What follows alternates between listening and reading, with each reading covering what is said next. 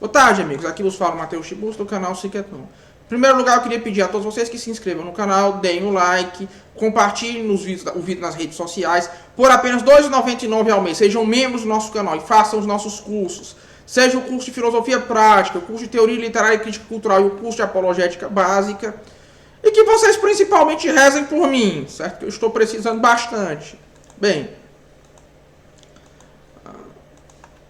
recentemente, você teve o debate entre o Lula e os outros candidatos, né? O debate presidencial da Band, que é tradicionalmente assim o debate mais antigo.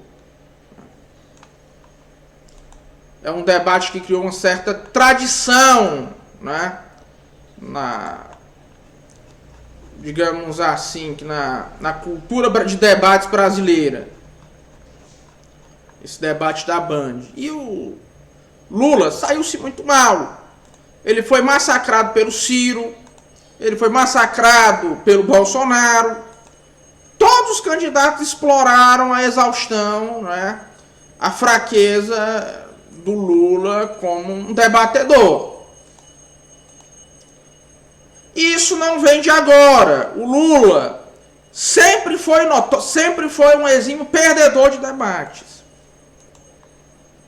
Foi muito massacrado em debates pelo Collor. O Collor destruiu o Lula em todos os debates em que esteve contra o Lula. Fernando Henrique Cardoso destruiu o Lula em todos os debates em que esteve contra o Lula. Aliás, Fernando Henrique Cardoso ganhou 2 vezes do Lula no primeiro turno, não custa dizer. O Lula é um debatedor fraco, muito fraco, por várias razões, certo? Que podem ser resumidas depois em uma razão única, certo?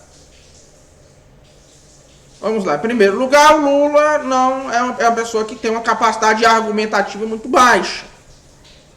Vejam que quando ele é colocado em uma parede, certo? Ele logo recorre a uma ignorácio elenque, né? Quando se fala em corrupção, ele responde, mas o meu governo tinha educação, não tinha saúde, teve gente que saiu da pobreza, né?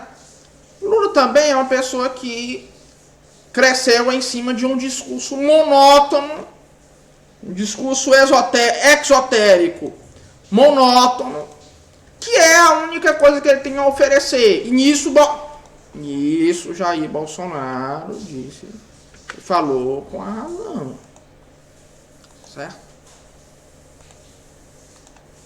Por exemplo, aquilo que ele fazia lá em Paris, no exterior, tem 30 milhões de crianças no Brasil passando fome.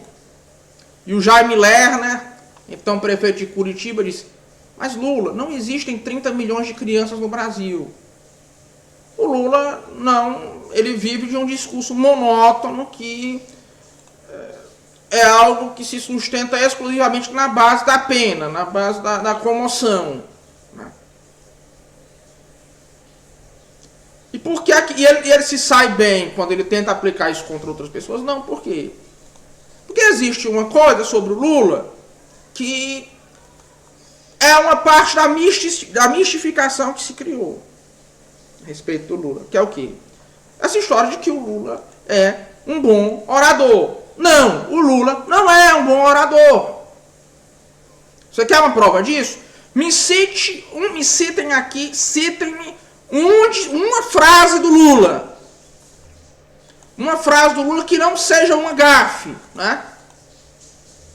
Citem-me aqui uma frase do Lula, uma frase memorável do Lula, que não seja uma gafe.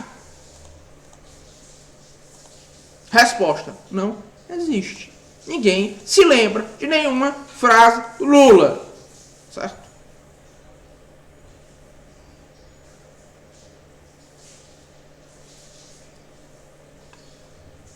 Mas se ele não é um grande orador, se ele também não é um bom argumentador, se ele também não é uma pessoa que tenha a formação adequada, não tem um bom dever de casa, né? O que é que resta? Então, qual é o problema do Lula? É muito simples, o Lula é burro. Isso é algo que as pessoas não querem entender. O Lula é burro. Ele é burro e é um indivíduo medíocre que foi colocado no poder por quê? Porque havia uma intelectualidade brasileira de esquerda despreparada, desesperada, né? Despreparada também, mas despreparada e despreparada, porque era de um nível muito baixo, e desesperada para encontrar o seu Weltgeist, o espírito do mundo, uma figura pela qual eles pudessem interpretar a história do Brasil, uma figura que fosse reunir em si, encerrar em si toda a história do Brasil. Encontraram o Lula. Não tinha mais ninguém, a esquerda brasileira é cheia de gente sem carisma, é cheia de gente sem carisma, né? O Luiz Carlos Prestes, né? Era uma figura que tinha o carisma de uma porta, né? E acabou sendo tão desprezado e tão esquecido que assim que o governo brasileiro, que assim que os militares caíram, uma coisa que a esquerda toda fez em uníssono foi jogar o Luiz Carlos Prestes, né? Para o meio do nada. Sabiam também que o Brizola era uma figura imprevisível, né? E que não aceitaria transigir facilmente com certas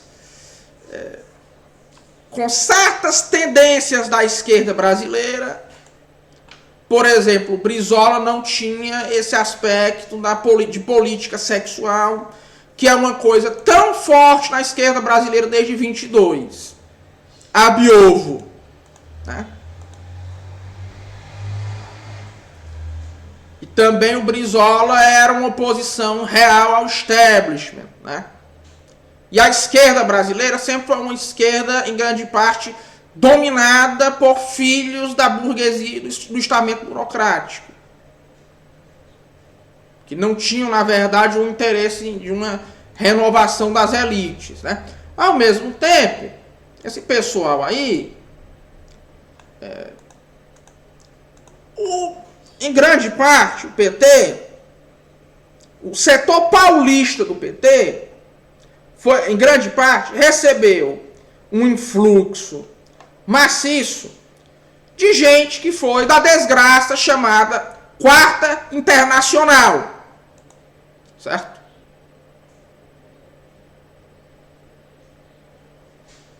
O PT foi maciçamente, o setor paulista do PT foi maciçamente influenciado, né, pela praga que é a Quarta Internacional. Todo mundo aqui sabe o que é a Quarta Internacional, né? Trotskismo. E acreditaram, certo? Nessa ideia imbecil do Leon Trotsky de que o substituísmo, né, é algo que deve ser eliminado, né? Que a classe trabalhadora deve ser governada não por substitutos virtuais do partido, mas sim por representantes autóctones do povo, né? Então vamos trazer aqui um ditador da classe operária, né? Que vai ser um operário, um ditador operário, que vai ser esse Lula, né? Vai ser esse Lula. Aí você junta tudo isso. E ao mesmo tempo, como o trotskismo é, dentro do marxismo, um movimento notoriamente elitista,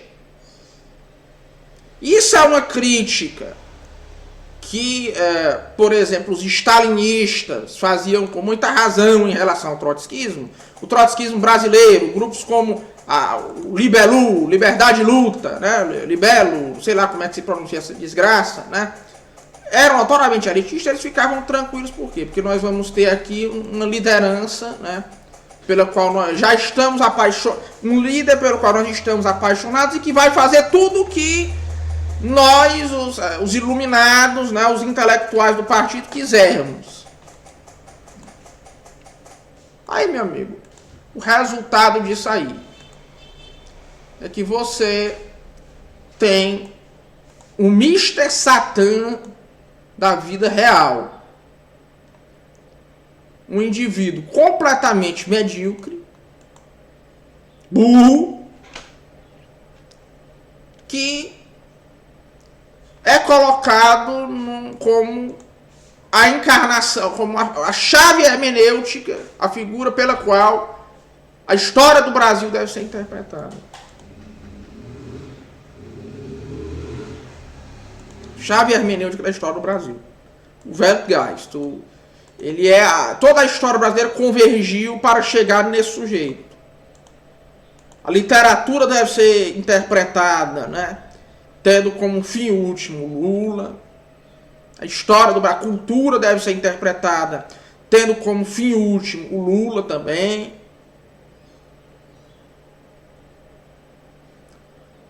O Brasil, assim, o processo histórico dialético do Brasil termina no Lula, termina no sujeito que é um ignorante completo e um idiota completo.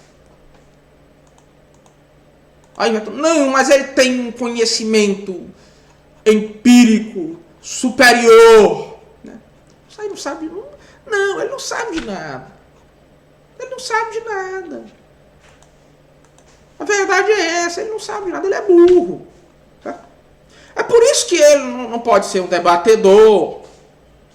Porque o Lula é uma figura completamente desprovida de qualidades intelectuais.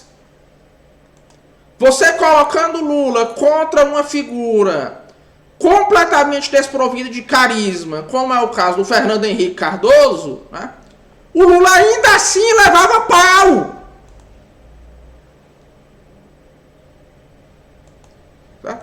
Collor, nem se fala. Aliás, vocês podem ter certeza, se o Lula fosse entrar em um debate contra o Collor hoje, que o Collor de vez em quando quis inventar esse negócio de voltar a ser presidente. Em algumas eleições ele tentou inventar essa história. Se o Collor inventasse isso e fosse um debate para o Lula seria massacrado. Que o Collor é uma pessoa que tem inteligência, ele tem cultura, ele é um grande orador, coisa que o Lula não é nada disso. O Lula é uma figura medíocre que foi alçada ao poder, né, por uma esquerda desesperada e deslumbrada e que recebeu uma campanha de marketing e de publicidade descomunal. Certo? Porque é uma coisa que é pouco falada, né? E que ninguém estuda muito bem, com os historiadores do Brasil, né? Mesmo o povo da direita, né? Não falam nisso, né? Em como surgiu, né, essa estrutura do PT. Que de repente, um partido que de repente está presente em todo lugar do Brasil. Isso é uma coisa... Imagine a quantidade de dinheiro necessária para isso. Os eventos que o PT fazia, né? De onde saiu esse dinheiro? Isso é uma coisa que é mal explicada, né?